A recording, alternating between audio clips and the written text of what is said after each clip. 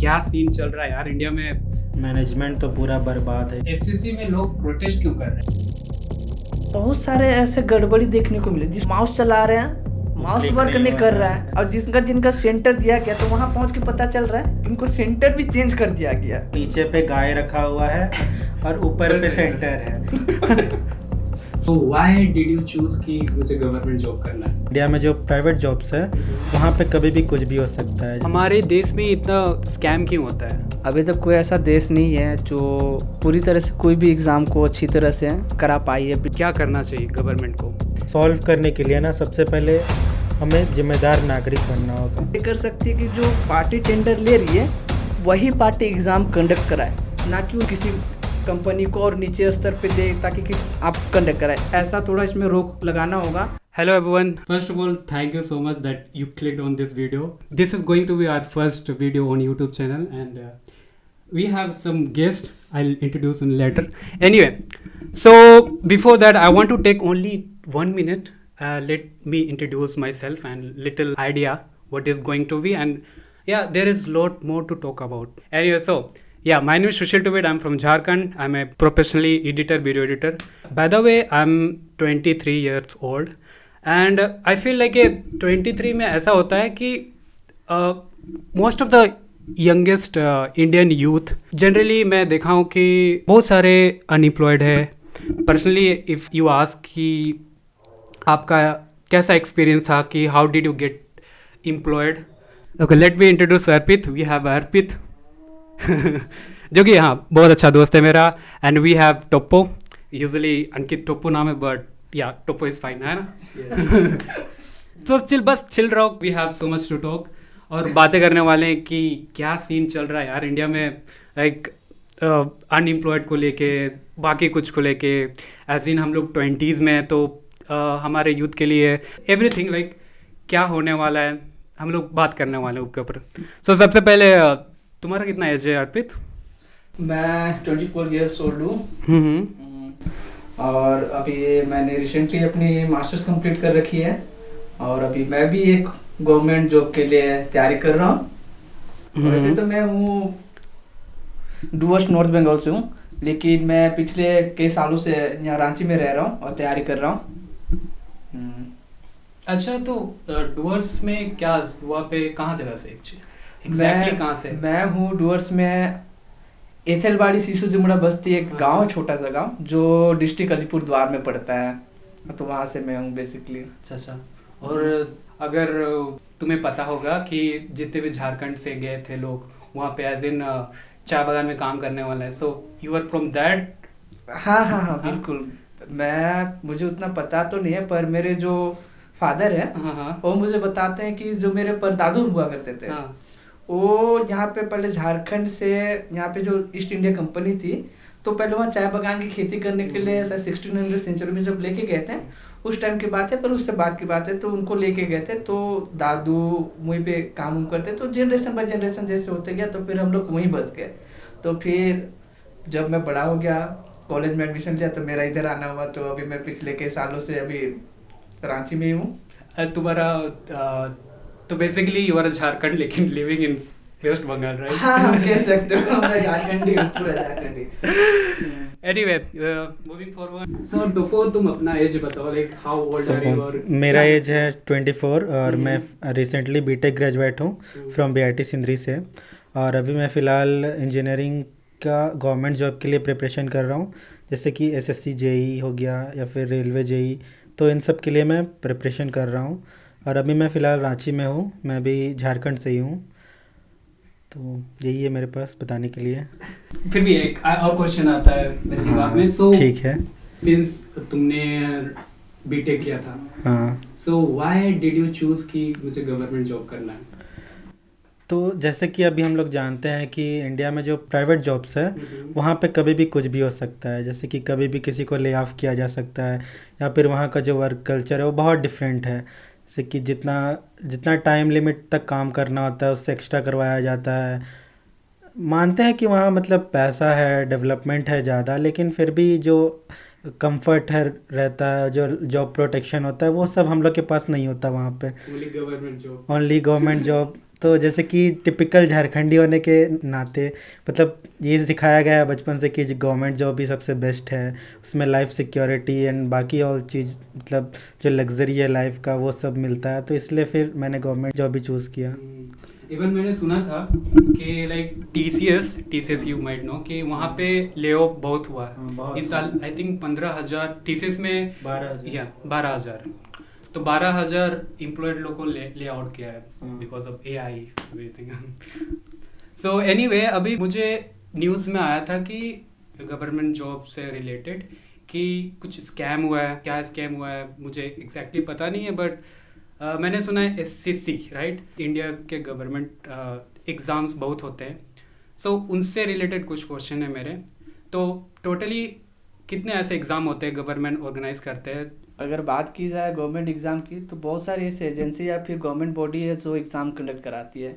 जैसे लाइक आपका हो गया सबसे अगर हम लोग इंडिया में सबसे ज़्यादा कठिन परीक्षा देखा जाए तो यूपीएससी मानते हैं। और उसके बाद यूपीएससी में जो बॉडीज़ रहती है वो जो जितने भी एग्ज़ाम या फिर पोस्ट रहती है तो ए ग्रेड की रहती है।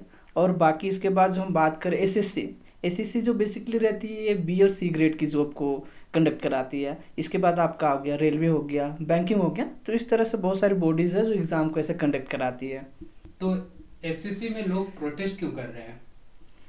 देखिए अभी जैसे बात अभी चल रही है, युवाओं का सबसे बड़ा देश है भारत। और जब युवाओं का देश है तो क्या होता है कि युवा ऐसा चाहते हैं ना, यहाँ पे मिडिल क्लास और लोअर मिडिल क्लास की संख्या बहुत ज़्यादा आपको देखने को मिलेगी। तो लोग क्या चाहते हैं कि देखिए जैसे मेरे जो सहयोगी हैं पहले बता चुके हैं, जो प्राइवेट जॉब में रहती है इनसिक्योरिटी बहुत ज़्यादा रहती है। हाँ, और तो खासकर यहाँ के जो बहुत सारे युवा है वो नॉर्मल ग्रेजुएट में ज़्यादा है, नॉर्मल ग्रेजुएटेड जो बीटेक या फिर ये सब बीएससी फील्ड से नहीं है, जिनको कंप्यूटर का उतना नॉलेज नहीं है, तो वो फिर जनरली गवर्नमेंट जॉब का ही प्रिपरेशन करते हैं। तो इसी वजह से एसएससी जो होता है वो सबसे ज़्यादा गवर्नमेंट जॉब प्रोवाइड करता है, जो कि ऑफिसर लेवल का रहता है। तो इसी वजह से बहुत सारे बच्चे उस पर अपना जान लगाते हैं, मेहनत करते हैं, मतलब बहुत सालों से तैयारी करते हैं वो लोग। और साथ में उनके साथ अगर ऐसा कुछ स्कैम हो जाता है, ये हो जाता है, तो वो लोग मतलब फिर कहाँ जाएंगे, तो उसके लिए वो लोग प्रोटेस्ट में आ गए। इसमें मैं और कुछ बातें जोड़ना चाहूँगा। जैसे कि सबसे पहले हम लोग को ये पता करना होगा कि गवर्नमेंट एग्ज़ाम की तैयारी कौन करता है। मान लीजिए मैं मिडिल क्लास फैमिली से हूँ, अगर तो मेरे पास कुछ ऑप्शन नहीं है। मेरे पास अगर मेरे पापा को कोई ऐसा बड़ा बिजनेस नहीं है जिसको मैं आगे रन कर पाऊँ, या फिर मेरे पास इतना कैपिटल नहीं है जो कि मैं स्टार्टअप कर पाऊँ, मेरे पास क्या ऑप्शन बचा? मैं पढ़ा लिखा लड़का हूँ तो मैं क्या सोचूंगा, स्टेबल जॉब चाहिए मेरे को, तो मैं क्या तैयारी करूँगा? कोई भी गवर्नमेंट एग्ज़ाम की हो, चाहे कुछ भी ग्रेड का हो सकता है। तो इसमें हुआ यूँ कि जैसे आप एसएससी एग्ज़ाम की बात कर रहे थे, स्कैम की बात कर रहे थे, तो एसएससी जो स्कैम है इसमें लोग इसलिए प्रोटेस्ट कर रहे थे क्योंकि अभी आप देख सकते हैं जो इसका फेज 13 जो एग्ज़ाम होने वाला था 13 फेज, तो इसमें क्या हुआ कि जितने भी जो टेंडर जैसे एसएससी टेंडर निकालती है उसमें जो जितना ज़्यादा बोली लगाएगा वो टेंडर उस कंपनी को दिया जाएगा। तो इस बार जैसे आपका देखने को फेज 13 में जो देखने को मिला, एडिक्विटी नाम करके कंपनी है जो शायद टीसीएस से 2/3 ज़्यादा बोले लगाए तो उसको मिल गया। तो उसमें हुआ यूँ कि इसमें बहुत सारे ऐसे गड़बड़ी देखने को मिले जिसको बेसिकली हम लोग बोल सकते हैं मिसमैनेजमेंट। एक न्यूज़ आर्टिकल जब मैं देख रहा था तो उसमें मैं पढ़ा एक जो विजुअलाइज चैलेंज बच्चा है जो देख नहीं पाता है, वो जम्मू कश्मीर का है, उसको कहाँ दे दिया गया सेंटर? उसको दे दिया गया अंडमान दे दिया। आप बताइए जो जम्मू कश्मीर जो अंडमान का बच्चा जम्मू कश्मीर जाएगा, जबकि बच्चा के पास जब पैसा नहीं है तभी तो ग्रुप सी और डी का ये तैयारी कर रहा है, वरना बच्चा के पास पैसा रहता तो और तरह से, क्योंकि देखिए इसमें इस बच्चा का एग्ज़ाम सिर्फ नहीं जा रहा है, उसका टाइम जा रहा है, पैसा जा रहा है। क्योंकि जब बच्चा मिडिल क्लास का रहता है ना तो क्या सोचता है, मेरे को लॉन्ग टर्म नहीं जाना है, उसको डर सताया रहता है। एक रहता है कि अगर आज या फिर कल 2 साल में अगर मैं एग्ज़ाम नहीं निकालूंगा तो घर से कोई प्रेशर तो मिलेगा नहीं, लेकिन खुद में लगता है कि मैं लॉन्ग टर्म कैसे जाऊं। तो बच्चा चाहता है कि इस तरह से देख सकते हैं जो कंपनी कराई, खैर मुद्दे पे आते हैं, कंपनी जो एग्ज़ाम करा रही है तो उसमें ऐसे ऐसे जगह पे सेंटर दिया जा रहा है जहाँ ना बैग रखने की जगह है, ना पानी की सुविधा है। आप माउस चला रहे हैं, माउस वर्क नहीं कर रहा है, सर्वर डाउन हो रहा है। और जिनका सेंटर दिया गया तो वहाँ पहुँच के पता चल रहा है कि उनको सेंटर भी चेंज कर दिया गया। आप बताइए बच्चे क्या करेंगे। और कुछ जगह पे तो ऐसा था कि नीचे पे गाय रखा हुआ है और ऊपर पे सेंटर है, और किसी किसी जगह में तो गांव में बहुत दूर है और साथ में वहाँ जाने का कोई सुविधा नहीं है, ना ऑटो है ना कुछ है। बच्चे 7-7 किलोमीटर पैदल चल के जा रहे हैं और पता चल रहा है वहाँ किसी का नॉर्मल घर है, उसी को सेंटर में बदल दिया गया है। और सबसे बड़ी बात, जो इन्विजिलेटर के रूप में जो तैयार किया गया वो 18 से 22 साल की बच्चे हैं उनको कंप्यूटर का नॉलेज नहीं, वो क्या बताएंगे। क्योंकि देखिए जब बच्चा, मैं भी बहुत सारे एग्जाम में बैठ चुका हूँ, तो जब कंप्यूटर की बात आती है ना तो लोग बौखला जाते हैं कि कुछ भी ग्लिच हो जाता है। क्योंकि एक रहता है कि मुझे समय से पहले अपना एग्ज़ाम कंप्लीट करना है। क्योंकि बहुत सारा ऐसा रहता है ना कि अगर मैं क्लासरूम में बैठा हूँ, अगर मेरा कंप्यूटर वर्क नहीं कर रहा है, कुछ नहीं कर रहा है, तो क्या होता है कि मैं सर इन्विजिलेटर जो रहता है उनको बोलूँगा। इससे क्या होगा, एक जो इन्वायरमेंट एग्जाम का रहता है वो ख़राब हो जाता है। मैं नहीं लिख पा रहा हूँ, बाकी लोग में भी प्रॉब्लम हो सकती है, कहीं ना कहीं मेरे वजह से बाकी लोग को भी डिस्टर्ब हो रही है। तो बहुत बार ऐसा भी हुआ कि जो सही आंसर थे वो करेक्ट किए गए, टिक मार के आए, पर वो भी गलत आंसर दिखा रहा है। तो आप समझ सकते हैं कि कितना बड़ा स्कैम चल रहा है। मैनेजमेंट तो पूरा बर्बाद है यहाँ पे, कोई चीज़ का कुछ भी मतलब सही तरीके से कुछ भी मैनेज नहीं किया जाता, ना ही सेंटर में ना ही एसएससी के द्वारा। तो इस वजह से बहुत सारे टीचर लोग भी सपोर्ट किए हैं और बहुत सारे स्टूडेंट ने दिल्ली में दिल्ली चलो का एक प्रोटेस्ट इवेंट किया, जिसकी वजह से फिर वहाँ भी उन लोग को बहुत सारी तकलीफ़ों का सामना करना पड़ा। इवन मैं देखा कि एक यूट्यूबर है नीतू मैम करके, इफ यू नो, तो मैंने उनका वीडियो भी देखा कि उन्हें भी एक वैन में, पुलिस वैन में ले जाया जा रहा था। हाँ, क्रेजी। हाँ ये तो था। मैं उनका भी एक ये देख रहा था इंटरव्यू जब वो दे रही थी, उनका कहना था कि वो दिल्ली प्रोटेस्ट करने नहीं, प्रोटेस्ट को रोकने गई थी। अच्छा।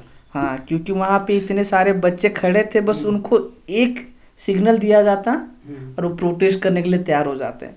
क्योंकि देखिए भारत युवाओं का सबसे बड़ा देश है और एसएससी में लगभग 30 लाख से ज़्यादा बच्चे एप्लीकेंट रहते हैं। तब समझ सकते हैं जब देश का इतना बड़ा युवा वर्ग अगर एक एग्ज़ाम के पीछे भाग रहा है, तो आप समझ सकते हैं सरकार या फिर यहाँ का गवर्नमेंट एग्ज़ाम किस तरह से ले रही है या फिर लोग उसके पीछे क्यों भाग रहे हैं। क्योंकि जैसे मैंने पहले ही कहा था, क्योंकि मिडिल क्लास का बच्चा का यही सपना रहता है कि पहले मैं एक स्टेबल अच्छा से बढ़िया जॉब पकड़ लूँ, जो मैं तैयारी कर सकूँ, मैं कैपेबल हो सकूँ, उस लेवल की तैयारी मैं कर सकूँ।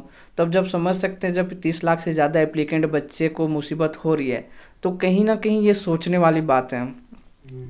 और जैसे मिडिल क्लास से मेरे को क्वेश्चन आया कि लाइक हम लोग का जो इंडिया है वो 3 सिटीज़ में बटा हुआ है, टियर 1, टियर 2, टियर 3। तो ज़्यादातर जितने भी तैयारी करने वाले हैं एस्पिरेंट टियर 2 या टियर 3 से निकलते हैं, टियर 1 से क्यों नहीं निकलते हैं? क्योंकि आई थिंक उन्हें टियर 1 वाले सिटी वालों को ज़्यादा अपॉर्चुनिटीज़ है, एंड मे बी वो लोग प्राइवेट जॉब भी करते हैं, उन्हें ज़्यादा बेसिकली उन्हें ज़्यादा knowledge in term of computer system. या वो लोग का ऐसा है कि फैमिली बैकग्राउंड भी बहुत अच्छा रहता है, सारे बच्चे अच्छे अच्छे इंस्टीट्यूट से पढ़ते हैं, जिनको मतलब कि जिनसे उन लोग को बहुत सारे जॉब फील्ड्स के बारे में नॉलेज हो जाता है। वो लोग ऐसा ऐसा सब्जेक्ट चूज़ करते हैं जो हम लोग कभी सुने भी नहीं होते हैं। जैसे कि वो लोग का अगर कुछ नहीं भी कर पाते हैं तो उनका फैमिली बिजनेस रहता है बैक सपोर्ट के लिए, फिर वो लोग उधर ही चले जाते हैं। तो इस वजह से टियर 1 सिटी के बच्चे लोग ज़्यादा इन सब में ध्यान नहीं देते और उनको इनसे कोई मतलब नहीं होता। वो लोग बस सोचते हैं कि क्या ये लोग भेड़ बकरी की तरह प्रोटेस्ट कर रहे हैं। वो लोग कभी इस बात को नहीं समझ पाएंगे।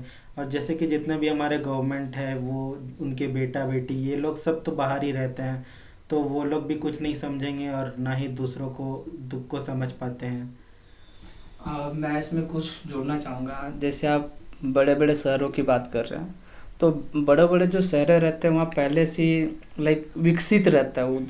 वहाँ पे आप टेक्नोलॉजी का हब कह सकते हैं, स्टूडेंट हब कह सकते हैं। ऐसा नहीं है कि जो मिडिल क्लास का बच्चा है उसमें वो क्षमता नहीं है कि वो नहीं कर सकता है। पर मैंने पहले एक बात कही थी कि बच्चा डरता है कि मैं लॉन्ग टर्म को कैसे लेके जाऊँ, क्योंकि उसके पास बैकअप सपोर्ट नहीं है। उसको ये बात पता है कि मेरे पीछे कोई खड़ा नहीं है। अगर कल को मान लीजिए अगर मेरे घर में मैं इकलौता बेटा हूँ, मेरे माँ बाप बूढ़े हो चुके हैं, तो मैं यूपीएससी अगर तैयारी कर रहा हूँ तो मुझे पता है कि मैं कर लूँगा। लेकिन ये चीज़ मुझको नहीं पता है कि मैं कल करूँगा या फिर आज करूँगा। तो यूपीएससी क्या हो जाता है कि लॉन्ग टर्म हो जाता है। लोग क्या चाहते हैं, अभी मेरे पास उतना टाइम भी नहीं है, उनको लगता है कि माता पिता की उम्र हो रही है, मुझे किसी भी हालत में जो लोग मुझे संभाले हैं, अगर मैं कल को जॉब पाऊँ तो उस जॉब में पाने के टाइम में वो लोग ताली बजाने के लिए रहे, चाहे उनके आँख से खुशी के आंसू गिरे, पर वो खुशी के आंसू गिरने के लिए लोग भी तो होने चाहिए। एक बच्चा को डर सताए रहता है, खाए रहता है, वरना ऐसा नहीं है कि मिडिल क्लास के बच्चा के में वो क्षमता नहीं है कि बड़े बड़े बहुत सारे ऐसे उदाहरण हम लोग देख सकते हैं जहाँ बच्चे जा रहे हैं, उनको एक डर रहता है कि देखिए प्राइवेट जॉब या फिर कुछ भी ऐसा जॉब की बात करते हैं तो हमको ऐसा लगता है कि इनसिक्योरिटी सबसे पहले आता है। अभी क्या है, मतलब कि देखा जाए तो गांव के बच्चे जैसे कि झारखंड हो गया, यहाँ पे बहुत सारे बच्चे लोग उतना कंप्यूटर लैपटॉप से फेमिलियर नहीं है, ना उनको कोडिंग का कुछ नॉलेज है उतना, तो फिर वो लोग नॉर्मली ग्रेजुएट होते हैं और फिर वो लोग compete भी नहीं कर पाएंगे आगे में, कि अगर प्राइवेट जॉब में जाते हैं तो वो जितना कम स्किल सीखे रहते हैं तो उनके बेसिस पे उनको कभी भी निकाल दिया जा सकता है। मैं अपना एक्सपीरियंस शेयर करूंगा कि मैं टियर 2 सिटी से बिलोंग करता हूँ, रांची, राइट। स्टिल मैं बैंगलोर गया, वहाँ पे उन लोगों के साथ कॉम्पीट किया, और मेरा है कि I don't want to do government job, मैं उनके साथ कम्पीट करना चाहता हूँ जो टियर 1 सिटीज़ में।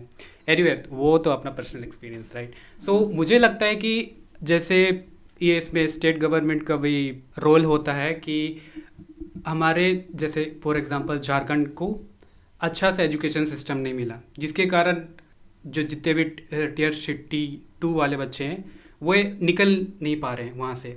अगर सोचो कि एक गवर्नमेंट स्कूल में कंप्यूटर अवेलेबल हुआ, ठीक है, और उन्हें अच्छा से एजुकेशन सिस्टम मिला कि एवरीथिंग की क्या क्या होता है, तो आई थिंक वो ऊपर उठ के आएंगे और उन्हें गवर्नमेंट जॉब का ज़रूरत नहीं है। They can improve their skills और टियर 1 टियर 2 सिटी से किसी भी के साथ कॉम्पीट कर सकते हैं। एक मेरा बेसिक सा क्वेश्चन है कि एसएससी एक्चुअल में वर्क कैसे करता है? एसएससी जो है एग्ज़ाम कंडक्ट कराने के लिए वो एक टेंडर निकालती है जिसमें बहुत सारी प्राइवेट कंपनीज बोली लगाते हैं, बिडिंग करते हैं, तो जिसमें कि टीसीएस होता है, एडुकेटी है, ये सब जैसे कि XYZ कंपनीज़ है। तो इस बार का जो फेज़ 13 का एग्ज़ाम था उसमें एडुकेटी नाम की जो कंपनीज़ है उसने सबसे हाईएस्ट बोली लगाई और उनको टेंडर मिला। तो एडुकेटी को ही जो कंडक्ट कराना चाहिए क्योंकि वो उन्होंने टेंडर लिया, तो इसके बजाय वो अपना काम बचाने के लिए अपने नीचे 2 और कंपनीज से कांटेक्ट करते हैं, जैसे कि SS इंफ्रा नाम की है और एक वाइसन। तो ये दोनों कंपनीज को एसएससी फिर उससे कम दाम में टेंडर देती है। जैसे कि मान लीजिए कि एडुकेटी ने वो टेंडर लिया 200 या 300 रुपए का पर स्टूडेंट, फिर वो नीचे आते हैं तो वो जो SS इंफ्रा और वाइसन नाम की कंपनीज है उनको मान लीजिए 200 रुपये में देते हैं वो टेंडर। फिर ये दोनों कंपनीज भी खुद से एग्ज़ाम कंडक्ट नहीं करते। एसएससी मान लो कि एसएससी कितना पैसा देता है? एसएससी जैसे कि बच्चों से लेते हैं 500 रुपया पर स्टूडेंट के हिसाब से एग्ज़ाम कंडक्ट कराने के लिए। फिर वो एडुकेटी नाम की कंपनी जो है उसको देते हैं 300 रुपये में। फिर वो उससे नीचे जो वाइसन और SS इंफ्रा कंपनीज है उनको 200 में देते हैं। फिर ये कंपनीज भी अपना प्रॉफिट निकालने के लिए लोकल वेंडर्स को दे देते हैं 100 रुपये में। तो ये देख रहे हैं कि आप कैसा सारा कुछ खेल है, सारा कुछ पहले से प्लानिंग है। और ये जो लोकल वेंडर्स है वो अपना ढीलापन दिखाते हैं एग्ज़ाम कंडक्ट कराने में, कुछ भी ऑर्गेनाइज नहीं रहता, सेंटर कहीं का कहीं दे देते हैं, ना इनका इंफ्रास्ट्रक्चर अच्छा रहता है, ना सर्वर अच्छा रहता है, ना कंप्यूटर वहाँ पे अच्छे रहते हैं। 100 रुपये में क्या ही होगा लोकल? हाँ, लोकल वेंडर्स का भी 100 रुपये में कुछ नहीं होता, तो इसकी वजह से वो लोग स्कैम करने लगते हैं। जैसे कि सेटलमेंट करते हैं बच्चों से चीटिंग के लिए, या फिर उनसे 1,00,000 2 लाख जैसे कि होता है कि 50-60 लाख आजकल का जो रेट है एग्ज़ाम का, तो वो उतना पैसा लेते हैं और जिनको पास कराने का प्रॉमिसिंग करते हैं।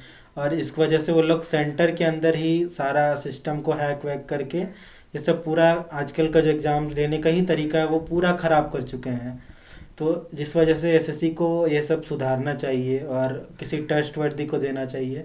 जैसे कि टीसीएस बहुत सालों से जैसे कि और भी बड़े बड़े एग्ज़ाम लेते हैं, जैसे गेट का एग्ज़ाम हो गया, रेलवे का, ये सब टीसीएस कंडक्ट कराते हैं, जिसमें ये सारा स्कैम बहुत कम होता है, बहुत कम।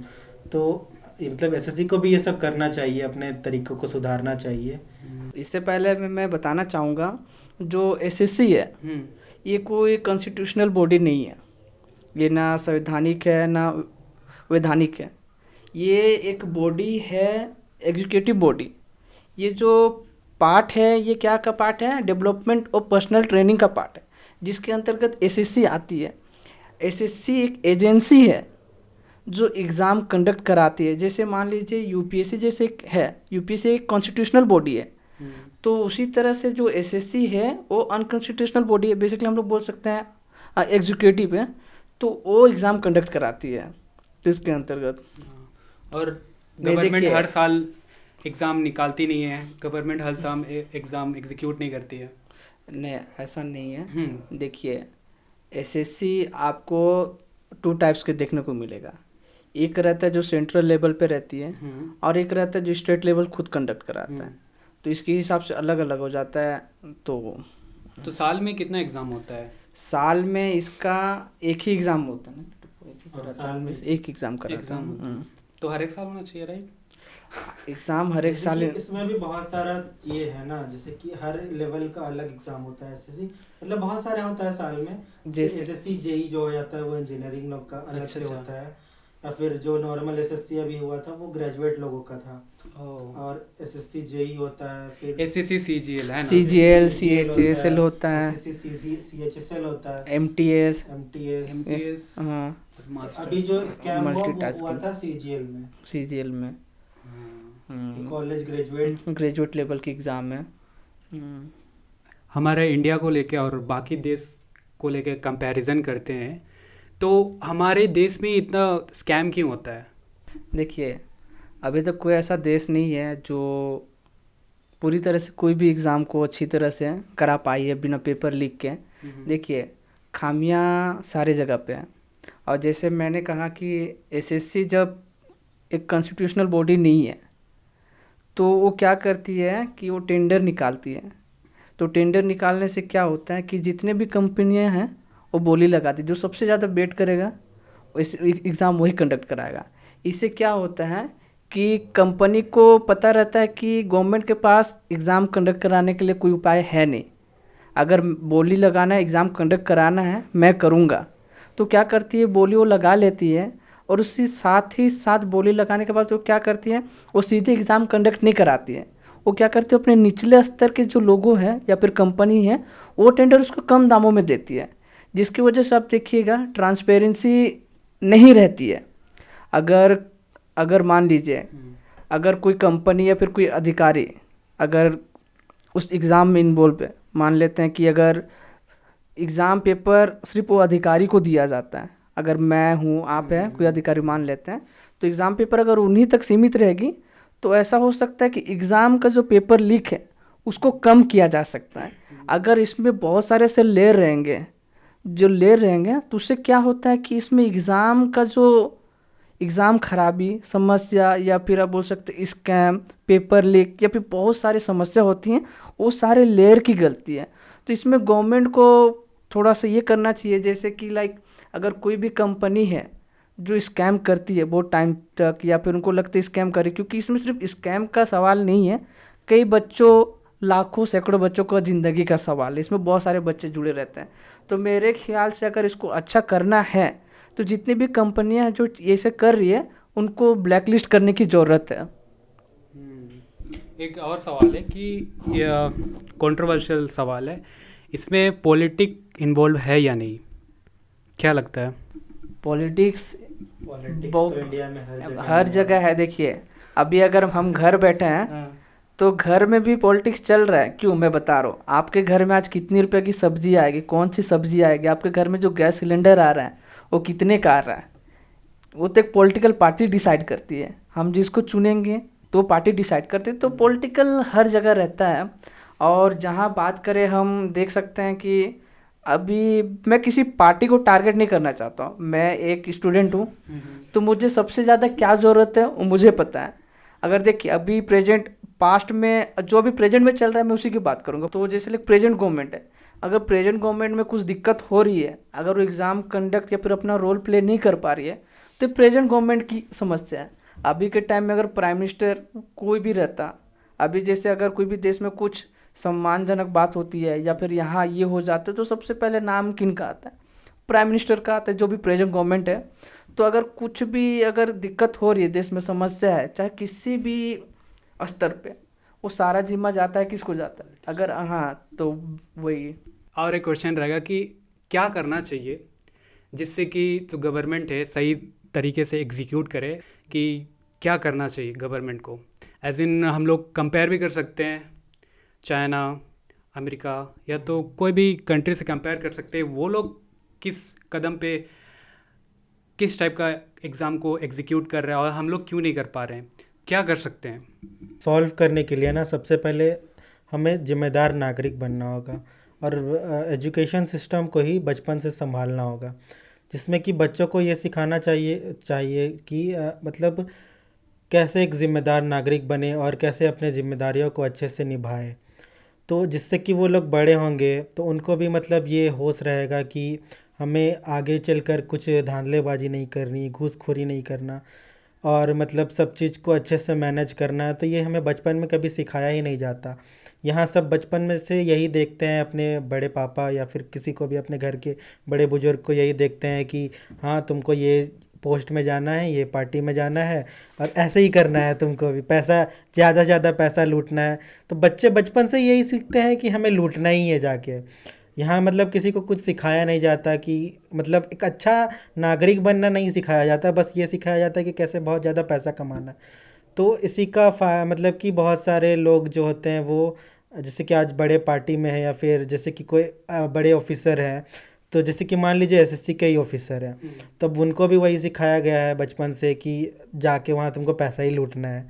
तो वो भी मतलब उसके पास भी आ रहा है तो वो अपनी जिम्मेदारियों से भाग रहा है और बच्चों से बस पैसा ले रहे हैं और कुछ ढंग से काम नहीं करके जो दूसरी कंपनीज को दे दे रहे हैं। अब कंपनी के एम्प्लॉयज़ भी है, वो लोग भी यही सोच है कि भाई मेरे को तो पैसा ज़्यादा से ज़्यादा कमाना है, तो वो अपना फ़ायदा देख के बच्चों के बारे में बिना सोचे वो दूसरों को दे दे रहे हैं। तो इससे ये है कि जैसे कि बाकी कंट्रीज़ से देखा जाए तो जापान का एग्जांपल लेते हैं, तो वहाँ के नागरिक इतने ज़िम्मेदार हैं कि वो लोग अपना कचरा भी बहुत मैनेजमेंट तरीके से फेंकते हैं और मतलब कहीं भी वो पब्लिक प्रॉपर्टी हो गया या फिर कुछ भी हो गया तो ये सब का बहुत ध्यान रखते हैं अपनी प्रॉपर्टीज़ की तरह। तो सबसे अगर टारगेट किया जाए तो सबसे बड़ा नागरिक ही है जो कि सब कुछ संभाल सकता है। वो अपना नेता भी चुन सकता है ढंग का, अगर वो एजुकेटेड है, वेल डेवलप्ड है, मतलब कि उनका सोचने का थिंकिंग अच्छा है, तो वो खुद के लिए एक अच्छा नेता चुनेंगे जो अच्छा से काम करेगा। तो ये सब हमें देखना चाहिए बहुत हद तक, जिससे कि ये सब फ्यूचर में आने वाले समय में कम से कम ख़त्म हो सके। आपने कहा कि बाकी देश क्या कर रहे हैं अपने एग्ज़ाम को लेके, तो देखिए बाकी देशों के साथ मैं तुलना नहीं कर सकता हूँ, क्योंकि सारी देशों की जो परीक्षा लेने की जो प्रणाली है वो बिल्कुल अलग अलग तरीके है। और जहाँ देश में इतनी ज़्यादा जनसंख्या, भारत युवाओं का देश है, मल्टी पार्टी सिस्टम है, जो कि बाकी देशों में बहुत कम देखने को मिलता है। तो इसीलिए ऐसा नहीं कहा जा सकता कि हम उस देश की तुलना कर सकते, क्योंकि सारे का एग्ज़ाम अलग अलग भी है। और रही बात यहाँ की, तो मैं इसमें कुछ चीज़ें जोड़ना चाहूँगा। जैसे देखिए, बहुत सारे जो कंपनी है जो टेंडर लेती है, तो उसमें गवर्नमेंट ये रूल प्ले कर सकती है कि जो पार्टी टेंडर ले रही है वही पार्टी एग्ज़ाम कंडक्ट कराए, ना कि वो निचले स्तर को किसी कंपनी को और नीचे स्तर पे दे ताकि कि आप कंडक्ट कराए। ऐसा थोड़ा इसमें रोक लगाना होगा। और रही बात, इसमें जो लेयर है वो बिल्कुल कम होना चाहिए, जिससे जितना कम हो सके तो उससे क्या होगा, ट्रांसपेरेंसी बना रहेगा। और मैं यह बोलना चाहूँगा कि जो एग्ज़ाम हो, तो अभी देखिए अभी टेक्नोलॉजी का हब है, आने वाला टाइम को हम लोग AI के थ्रू से देख रहे हैं। तो इसमें क्या होगा, जो एग्ज़ाम पैटर्न है उसमें मैं चाहूँगा कि थोड़ा सा चेंज करें। जो जितना भी एग्ज़ाम है उसको कंप्यूटर बेस्ड कर देनी चाहिए, जिससे क्या होगा, एक तो पेपर आने जाने ले जाने ये समस्या हो सकती है। जिससे क्या होता है कि अधिकारी जो रहता है वो पेपर वो खुद देख सकते हैं, रिवील कर सकते हैं, दिखा सकते हैं, एक बना रहता है जहाँ तक मुझे समझ आ रही है। तो ये हो जाता है, सारा चीज़ बायोमेट्रिक होना चाहिए। और जो भी अधिकारी रहते हैं उन पे एक अच्छी, जैसे मैंने एक जगह पे देखा था कि जैसे लाइक चाइना कोई भी एग्ज़ाम कराती है तो ड्रोन सर्वे कराती ताकि वो एग्ज़ाम में चीट ना हो, स्कैम ना हो और भी चीज़। ड्रोन से कैसे सर्वे करेगा? हाँ, अगर बाहर रहेगा तो लोग तो रूम में बैठते हैं। नहीं, उसमें भी ड्रोन के सर्वे चलता है, वो चलता है। अंदर अंदर room। हाँ, तो इंडिया में जो पॉसिबल नहीं है, लेकिन हाँ। आप ये कर सकते हैं, बायोमेट्रिक लाया जा सकता है, बायोमेट्रिक के थ्रू आप जांच पड़ताल कर सकते हैं। बायोमेट्रिक तो है I think। बायोमेट्रिक है, वो भी एक कड़ी है। और रही अधिकारी की बात, अधिकारियों को एक जांच में निगरानी में रखना चाहिए कि उसके निचले स्तर के अधिकारी तक वो पेपर ना जाए, जो अधिकारी रहे वही पेपर ये करे, वितरण करे। तो ऐसे बहुत सारी चीज़ें। और रही बात, हमें एक ट्रस्ट लाना चाहिए, एक जो बोलते हैं ना, फेयर चांस मिलना चाहिए लोगों को। क्योंकि अगर 25-30 लाख लोग फॉर्म एप्लीकेंट है, फॉर्म फिल कर रहे हैं, तो उसमें क्या रहता है कि ट्रस्ट रहता है कि वो एग्ज़ाम अच्छे से कराए। हालांकि उनको भी पता है कि मैं उसमें नहीं निकल पाऊंगा, या फिर वो आगे निकल जाएगा, मैं पीछे रह जाऊंगा। तो इससे क्या होता है कि सभी को अगर फेयर चांस रहेगा, वो जो अपना 100% दें, तो लगेगा कि विश्वास, जो कस्टडी ऑफ जो लो बिलीफ जो बोलते हैं, तो वो चीज़ बना रहेगा। तो इसके थ्रू से हम लोग बहुत सारी चीज़ें सुधार ला सकते हैं। Totally agree with you, totally. जितने भी मैं पॉइंट गिना सकता हूँ कि एक अच्छा नागरिक बनने का हमें शपथ काइंड ऑफ लेना चाहिए, ताकि इन फ्यूचर हमारे देश के लिए अच्छा ही होगा, राइट। और ट्रांसपेरेंसी रहना चाहिए, जो भी रहना चाहिए, और जितना भी लेवल होना चाहिए, लाइक 2-3 लेवल्स, उससे भी ज़्यादा है अभी, बट उनको जितना हो सके कम करना चाहिए, राइट। आई थिंक हमें यहीं तक एंड करना चाहिए। It is really nice to talk to you. और अर्पित एंड टोप्पो अंकित टोप्पो, राइट। तो really nice to talk to you. और yeah so guys, this is the first video we made it. और मैं चाहूँगा कि yeah definitely we going to be coming with lot of more videos in upcoming future. And make sure कि आप लोग इस journey में ज्वाइन हो जाओ, so that we can produce more videos, such videos और informative videos. And yeah basically channel का motive ये है कि हमें जितना तक आता है, जितना हमारा नॉलेज है, जितना हम लोगों को वैल्यू प्रोवाइड कर सके, उतना अच्छा रहेगा। So yeah that's all. Thank you so much again. क्या बोला? Thank you to invite. Anyway, yeah wrap up guys, चलो बाय बाय।